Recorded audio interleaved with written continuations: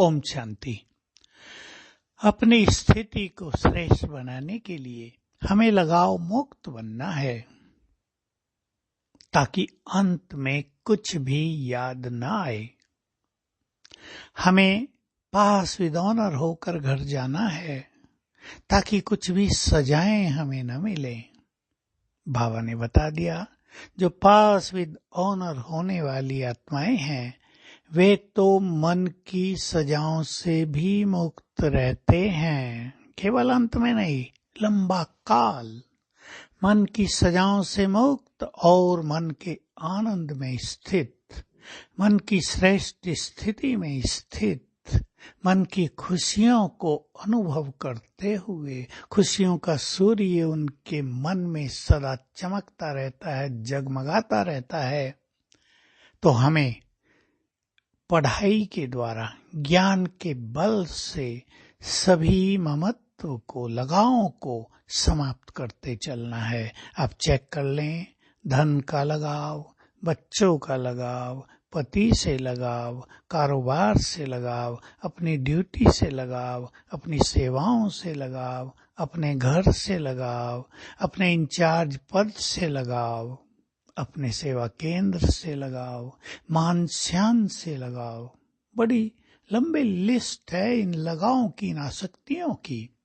हमें बहुत मान मिल रहा हो, कभी न मिले, स्थिति अपसेट हो जाती है। लगाव हो जाता है मान सम्मान से। हमें कोई सेवा मिली हुई है, उसमें हमें बहुत खुशी रहती है, कल वो न मिले, अपसेट हो जाते हैं, खुशी नष्ट हो जाती है। सेवा से लगाव है। हमारे पास बहुत बड़ी ड्यूटी है, हम बहुत अच्छी तरह भी संभाल रहे हैं, बाबा के भी समीप हैं, उसके कारण यज्ञ के बड़ों के समीप हैं। कल वो ड्यूटी हमारी बदलने को कहा जाए तो हम कदापि तैयार नहीं होते। ड्यूटी से, कार्यों से लगाव हो जाता है। सन्यास में इसलिए नियम बना था, एक सन्यासी को 3 दिन से ज्यादा किसी स्थान पे नहीं रहना है और कुछ भी साथ लेकर नहीं जाना है वहां से। भाई लगेगा ये स्थान तो बहुत अच्छा है, ये गद्दा तो बहुत अच्छा है, ये लाल चादर तो बहुत अच्छी है, यहाँ पानी भी है, यहाँ भोजन भी सहज मिल जाता है। उस धरा से भी लगाव हो जाता है, वातावरण से भी लगाव हो जाता है। कुछ चीजें बड़ी नेचुरल सी हो गई हैं, हो ही जाएगा, लेकिन हमें हर चीज से मुक्त होना है ताकि अंत में एक के सिवाय कुछ भी याद न आए। बहुत कुछ याद आता है मनुष्य को, सेवाएं भी याद आती हैं, धन भी याद आता है।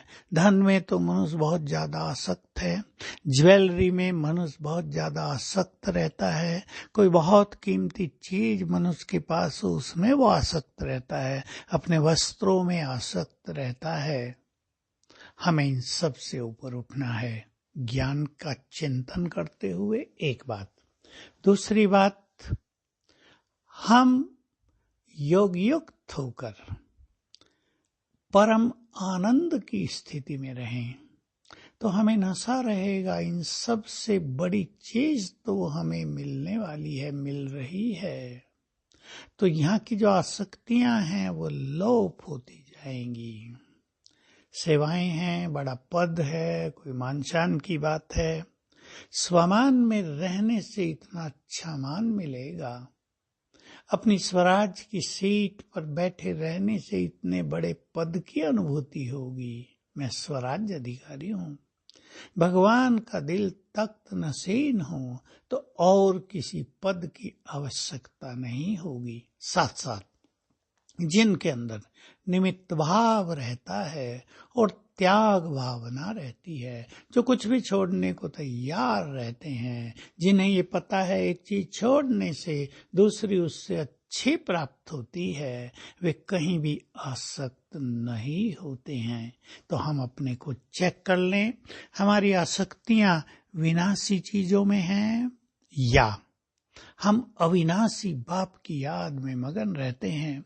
अविनाशी प्राप्तियां हमारे समक्ष रहती हैं, उनका ईश्वरीय नशा हमें रहता है कि हम क्या बनने जा रहे हैं। तो इन चिंतन के द्वारा हम अपने को चेक कर लें और हर आसक्ति से मुक्त हो जाएं, ताकि हमारी अनासक्त स्थिति बहुत शक्तिशाली होती है वो बन जाए, और अंत में भी हम आनंद पूर्वक गाते बजाते बाबा के साथ घर चलें।